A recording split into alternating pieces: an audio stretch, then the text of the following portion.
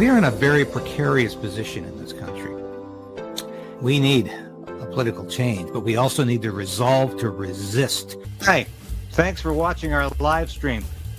I'm the host, David KRAYDEN. In the meantime, have a look at some of these clips and take the opportunity, please, to like this broadcast, ring the bell, or subscribe. And we're stepping up in every way we can because we know that Russia must win this war. That Ukraine must win this war. But freedom is something you earn every day. I don't know that the government currently has fiscal anchors. Your home is your castle. We're calling on the government to introduce and immediately pass the Stand on Guard law. But we also need to resolve to resist.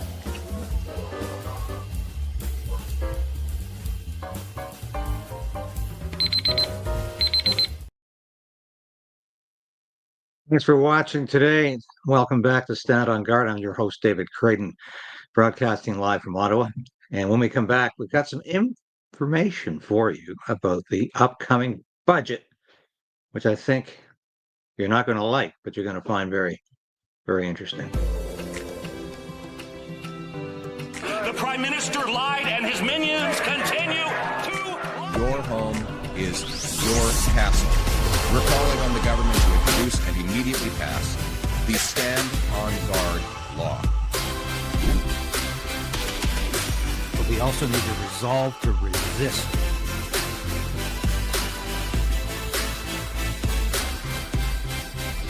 We'll do it live. Okay. No. We'll do it live. I'll write it and we'll do it live. Wow, we're doing it live.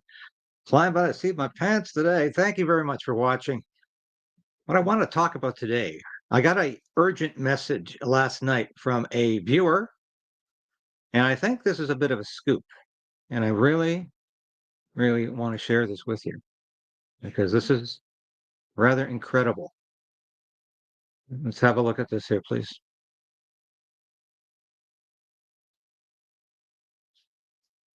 So here we are. Hi, Dee. I just got a date and a warning regarding your favorite charities. On November 4th, the Carney government will unveil Budget 2025. That's less than a month away. And if the Liberals follow through on past promises, that budget may include a quiet but devastating attack on faith-based charities. For years, Liberal MPs have pushed to strip tax-exempt status from groups they disagree with: churches, religious schools, pregnancy centers, food banks, and more. Now the House Finance Committee has proposed the same again, reviewing the charitable status of groups with, quote, non-compliant views, unquote. And with a federal budget just around the corner, that idea may soon become law. Even Canada's top tax experts are warning that this plan could politicize the entire charity system, opening the floodgates for governments to punish organizations based on ideology or belief.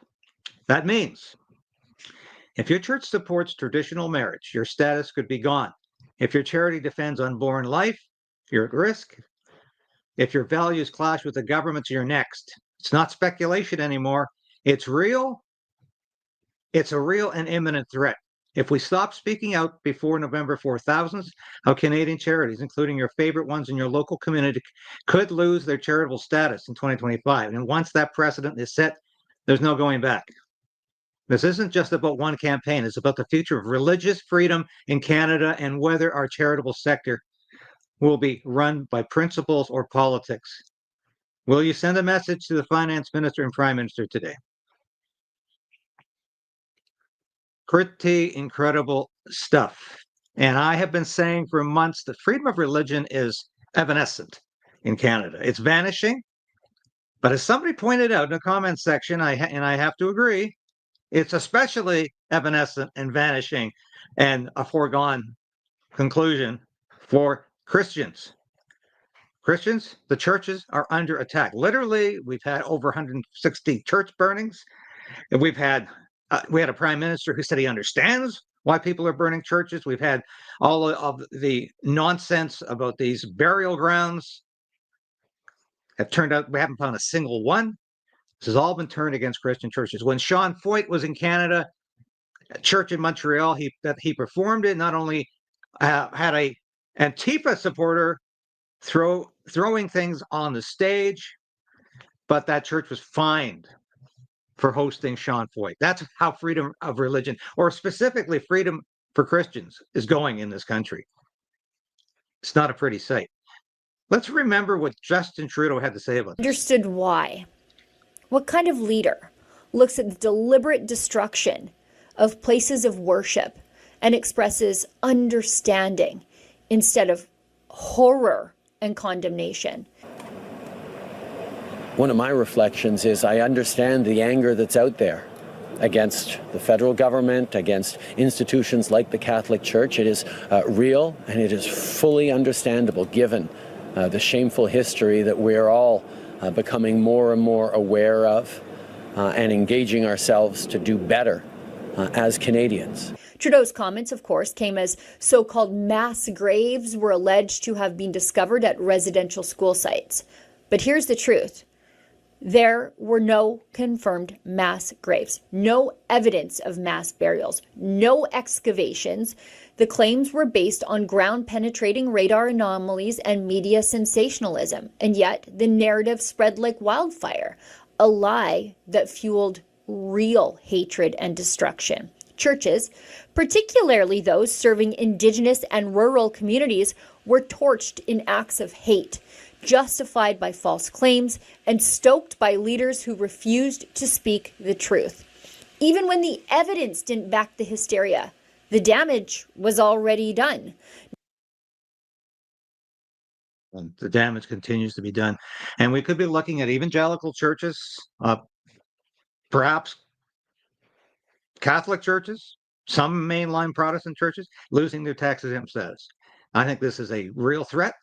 I think it's very, very, very probable that this will be included in the next budget. So we need to keep an eye open for this. And in the meantime, I'm going to give you an update on what's happening at Universal Ostrich Farms. And of course, it is a desperate situation there. It's a very, very desperate situation. Here's Katie to talk.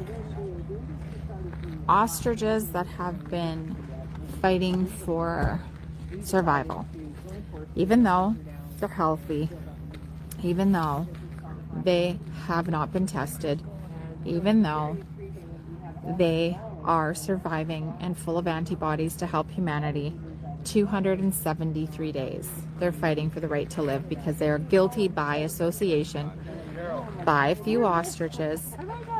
2 ostriches in December 2024 that were tested by a PCR test that they say tested positive for H5N1. So the rest of the hundreds of ostriches that were guilty by association now must die, is what the consensus is from Canadian Food Inspection Agency. The numbers, there's a lot of discrepancy with numbers. We'll get into that a little bit later. When we were here without Canadian Food Inspection Agency, we are close to 400 animals. Before we got our interim stay order, we had dumpsters leave here with police presence.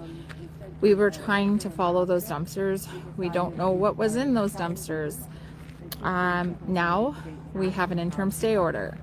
Our numbers from our counts from all over the mountains taking pictures, those numbers are down significantly.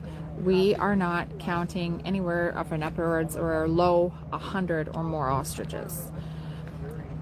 We are trying to figure this out. We have an open investigation with the RCMP to Canadian Food Inspection Agency. They say they're doing an investigation. We will see where that goes. The condition of the birds. The condition of the birds, I mean, how do we really know? They won't allow us to really. So she's saying up to 100 birds are missing. Were they allowed to die through neglect and maltreatment, through animal cruelty? And have they been taken out in the dumpsters? Katie, at one point, tried to look in the dumpsters. She couldn't find anything in that particular incident, but she can't keep track of this. She's physically and emotionally exhausted, as she told me yesterday. And I'd like to get her on the show again this week We're working on some ideas to help her out in terms of exposure, but I don't know. The longer the CFIA occupies her farm, the longer the CFIA remains on that land, the more ostriches are going to potentially die through neglect. And the CFIA, of course, will pretend it's because of a pre-existing condition. They might not even say it's avian flu, but they'll say it's a pre-existing condition, and they had nothing to do with it. Look, they won't allow us in there. They won't allow us to really do a good observation over an overall health wellness check on our own animals. We don't know how you lose those rights. They have taken over our property rights. They've seized our property. They have seized our animals, and all because they say due to a virulent threat of avian influenza, but then they go back to it has to do with trading partner policy. What it is about punishment. And as you can see, the punishment of the blue mile, we call it. It's the blue fencing that goes on and on and on to keep you away from your animals, keep you away from the connection of those that you love, keep you away from being connected and touching and loving your animals. It's a punishment fence. This is punishment. The ostriches are doing well that we can see, honestly. They are a little bit thin. They definitely need some more grain, and we're working on, they need some new hay bales for their alfalfa. This is extremely important, and they need bedding. So we are working on the CFIA. We are asking them to bed the animals out for bedtime. They don't like the barns as much as everybody thinks that they like barns. They don't like to be in the barns. They like to be outside. It just makes them, I think, feel a lot safer from predators and everything that they have to. If they're worried about running away from something that they're scared of in the middle of the night, they get up and they have the freedom to run, not be trapped. These birds have been in this climate for years, for decades. There's some people that make negative comments about these birds and where they live. They are very adaptable. They've grown up, most of them have grown up knowing nothing different than this weather. They have extremely thick fat pockets and are resilient in all the climates that we have, and they do extremely well. So again, we have here's some of the babies up front.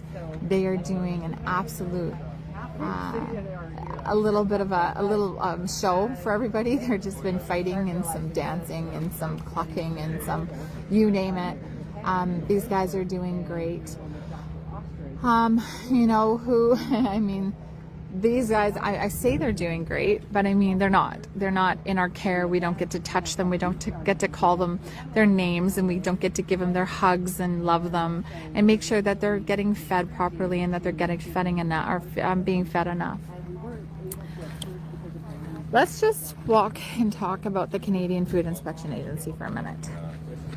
So again, we want to say we got an email this morning. That email was an email that we've been asking for. We've been asking for this email just to show us one of our birds, Trevor.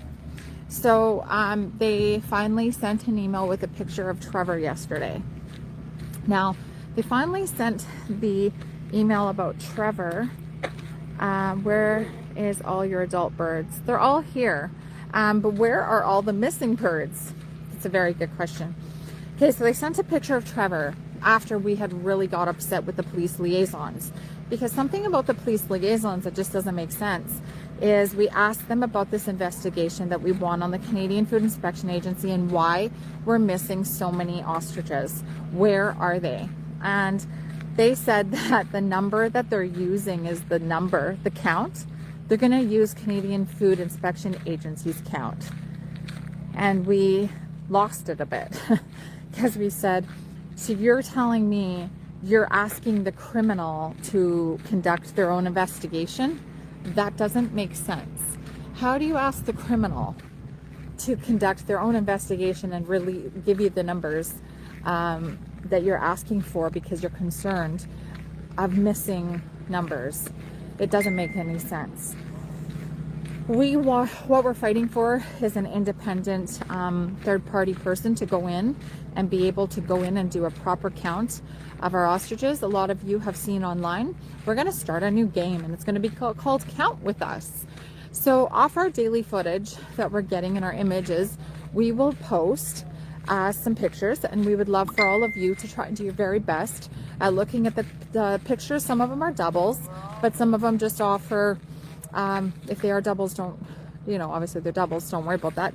But they offer, some of them just offer just a little bit more of an angle that might offer a couple more birds in that picture. So I'm sure you guys are all very capable of doing that. But so if you want to count with us and give us your numbers, that would be fantastic. It just, you guys have all fallen in love with these animals as well. And we all know that life is worth fighting for, especially those that don't have a voice to fight. Might go back to that Facebook post later, but here's the questions I have. Why can they not get the CFIA charged for animal cruelty? Why is the RCMP accepting a CFIA's number, which is entirely bogus? And why is the CFIA allowed to take over and occupy an adjacent farm that's owned by a relative when it's not part of Universal Ostrich Farms? I think all that would take would be a simple visit to a judge in British Columbia to ascertain the ownership of that farm, to say that no, it's not owned by Universal Ostrich Farms, it's owned by relatives. And hence, the CFIA has absolutely no right to be occupying that farm. What we need is action right now, because we all know the Supreme Court is not looking at this case this week or next week. It's already Wednesday this week. We had a long weekend. We had Thanksgiving long weekend. But we know time is limited, because clearly, if Katie is saying 100 ostriches can't be accounted for, there seems to be an unofficial cull going on. This is in complete opposition to what the Supreme Court told them, the stay, but they're doing it anyway. And they're doing it with impunity. No, they have not been charged for anything. In fact, Katie is still trying to get charges dropped against her and her mom when they were charged for feeding their birds. And they were entrapped into that by the CFIA. You know that story. So that goes on and on and on. And it just seems like they are continuing to be punished in every way possible. And all the cards are in the CFIA's hand. And this is why Katie and this ostrich farm have to fight back with incredible resolve, because I can tell you this is not going to end happily the way it's going right now. So anyway, let's have a look at our X pages here, because there is so much happening right now. It's incredible.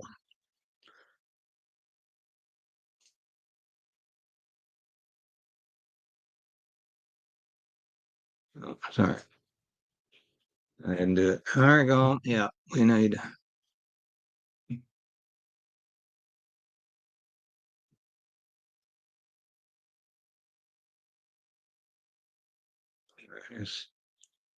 Share the screen. Okay.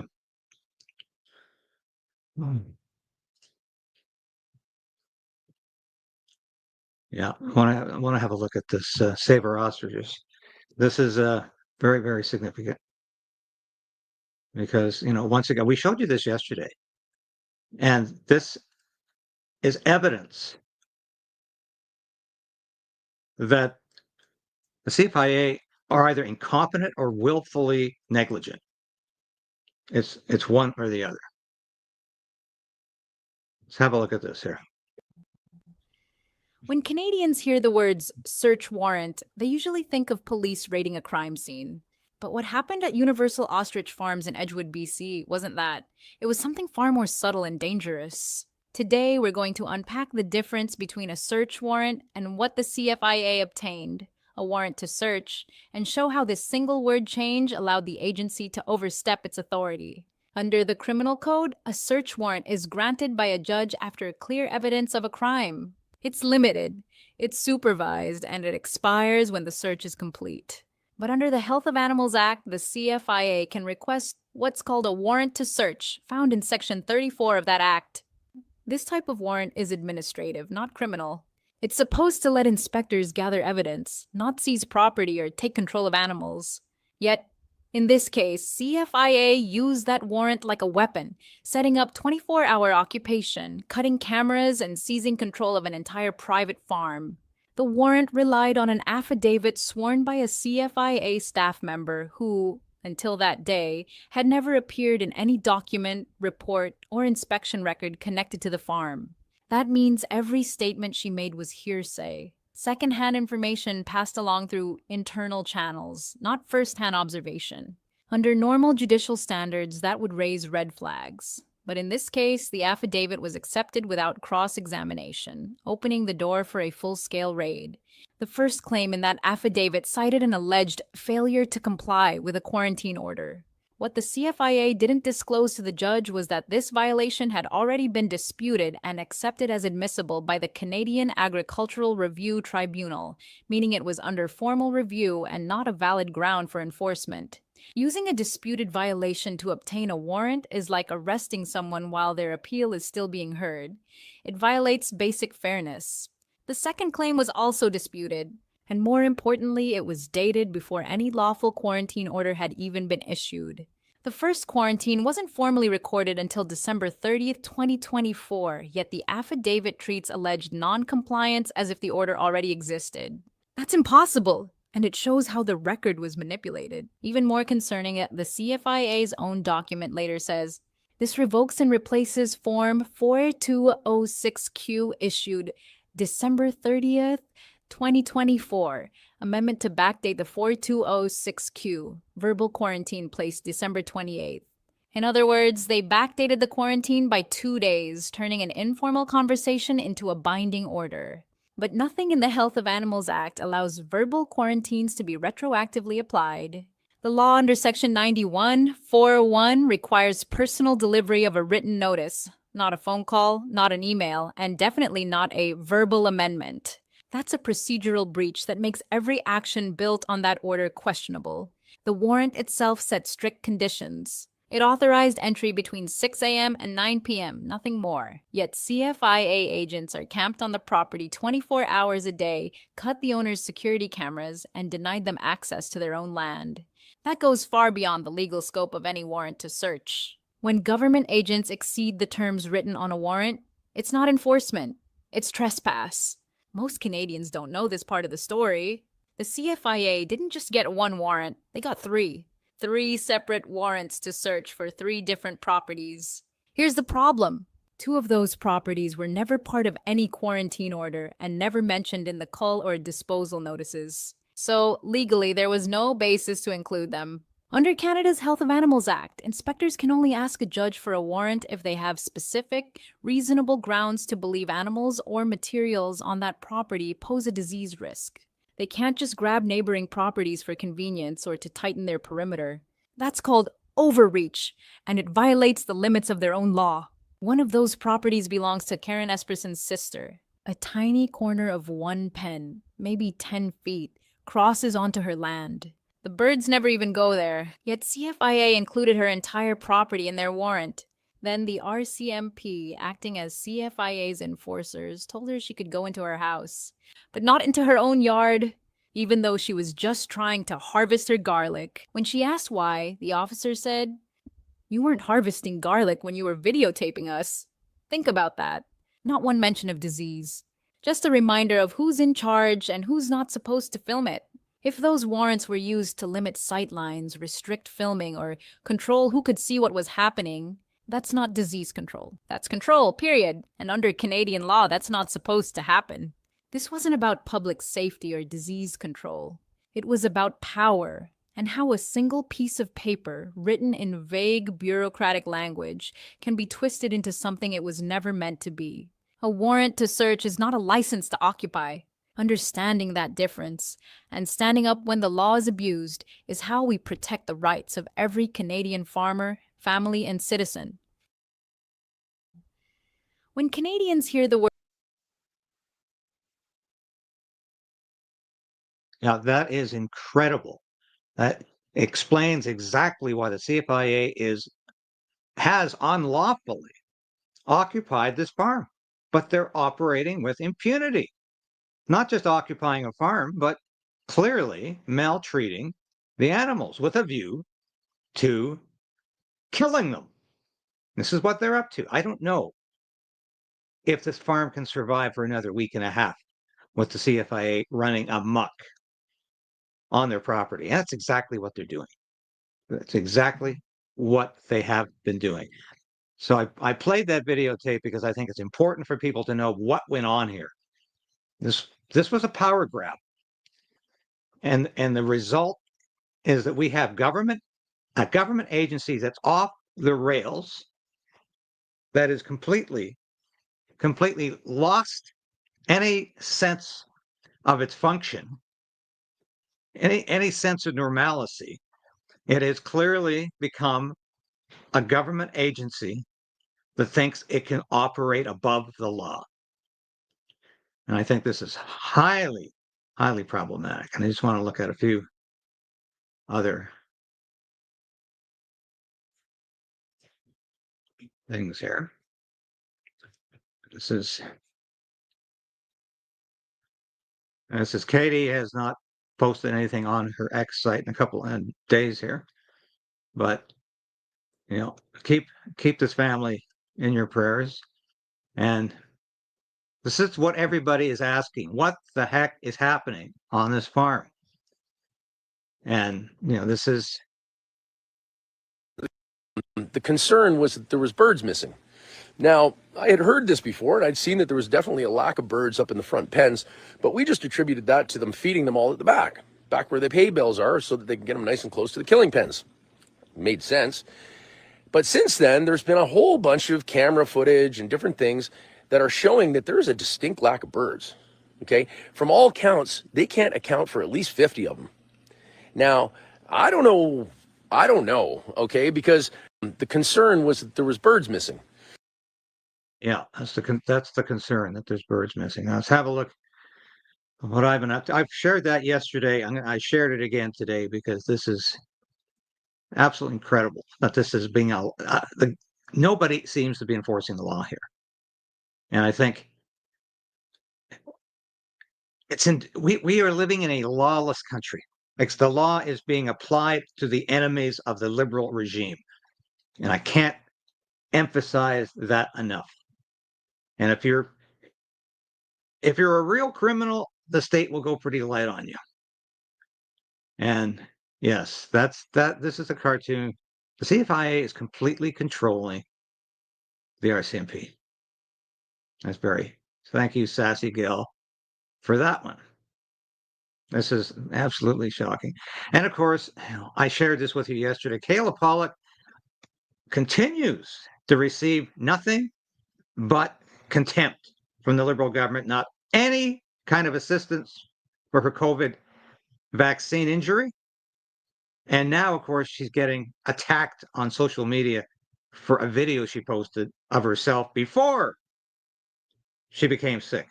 If you don't believe this woman has suffered as a result of that, well, go visit her, because it's incredible. And the CFIA has been up to this nonsense for quite some time. And it's time to say, hands off. Hands off. And we are continuing to demonstrate. I think further action is required, and further action will be taken. And we will let you know in a couple of days what kind of action that is going to be taken here. But clearly, in the meantime, I don't understand why there hasn't been more ample legal representation, because clearly the CFIA is way beyond its boundaries, and it is acting, as I've said, with complete impunity. So I'll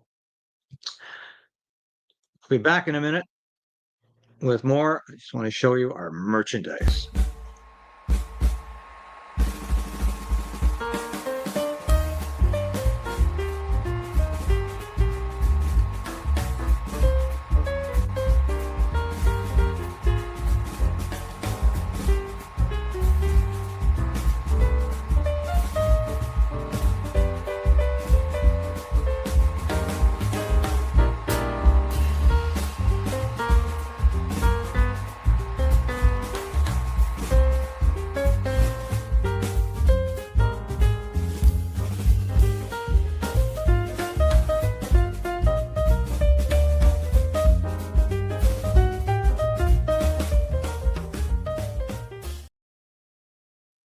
So to get back to the beginning of this broadcast, I thought we had fairly well understood how bleak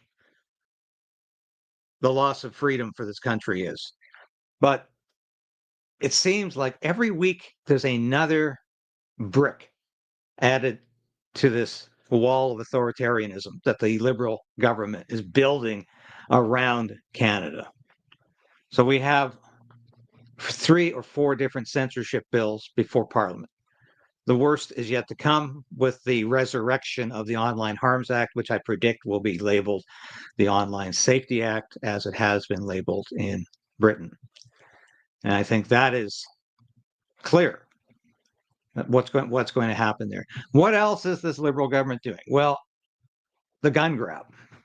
And of course, the public safety minister continues to be a complete wreck in the House of Commons when he's questioned. He is unable to do his job. He clearly should never have been appointed to cabinet with all of the baggage he has in his past in terms of trying to get around immigration regulations and rules for people that probably should not have been admitted to this country. But Gary Ananda Sangari, and I hope, I'm not deliberately trying to mispronounce his name. It's not an easy name to pronounce, has been completely vacant as a public safety minister. And this is not the sort of person you want in charge of your public safety. And I think that is beyond doubt. And what we need to do is see him fired, because he admitted in a private conversation that the gun grab is purely political, aimed at agricultural people, aimed at farmers, and to appeal to votes in Quebec and to appease Quebec voters. And it won't affect the criminals who illegally possess firearms. It won't affect the crime in big cities. Now, Mark Carney has also floated the idea of a digital ID, and digital currency won't be far behind if he does that. And I think that's the clear and present danger here. Is this is a ravenous government that is feeding on your foundational rights, and you won't have much left after Mark Carney is through. And I think that is beyond dispute. And to me, it's incredible that we continue to see Mark Carney even be neck and neck with the conservatives in terms of popularity. This is a prime minister who's utterly failed. And all we have to do is go back to how he won that election. It was a charade. It was fraud. And we will be showing. My producer just entered here, and I have been stalling for time. We're gonna have another video to offer you here. Okay. Is that ready yet? All right, not quite. Anyway, we're gonna go back in. Oh. Hi, my name is Esme. I do not want you to kill the ostriches. And I also want to say something. 100 days ago, I was sick. But now I'm not getting anybody sick because I'm healthy. Just like the ostriches. So it makes no sense to kill the ostriches.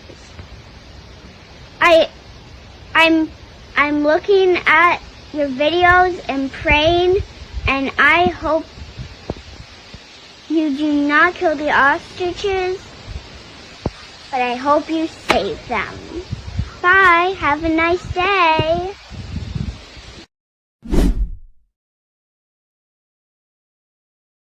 That is still, I think, one of the best pleas. Now here is the picture we wanted to show you.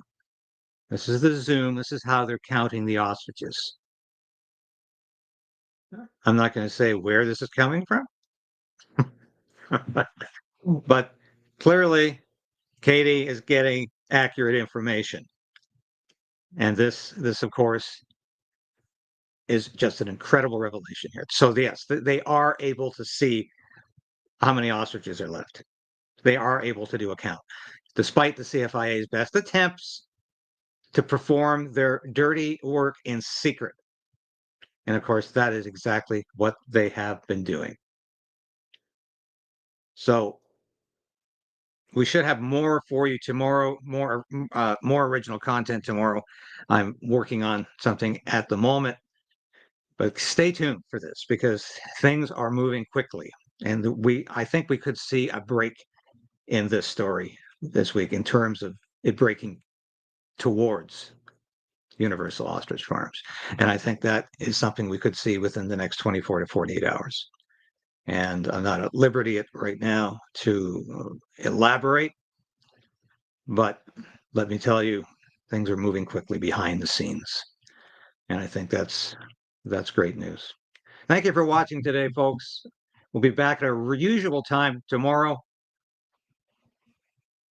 This has been David Krayden broadcasting to you live from your nation's capital. Godspeed to all of you. God bless our country. Keep Katie and the ostrich farm family in your prayers. Thank you for watching.